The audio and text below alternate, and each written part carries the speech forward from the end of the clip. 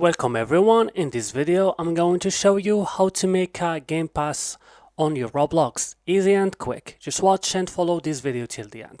Here is my Roblox. Just open it on your browser, on your Chrome, and then go and click on create on this bar. So after that you will find this page. Just go and click on creation here.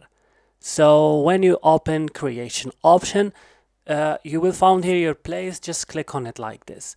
So after that you will find this list here in the left, and click on monetization and click on passes. So I already have some game passes, so click on create a pass and change the picture if you want. If you didn't want, it's okay. For example, I will change it here and add a name. For example, I will just add this name. Add a description if you want and click on create pass. But as you can see, it's not for sale. As you can see, it's off sale. What I should do to make it for sale, click on it and go to sales, and you found here price. Turn on item for sale and give a price, for example 5, yeah, and click on save changes.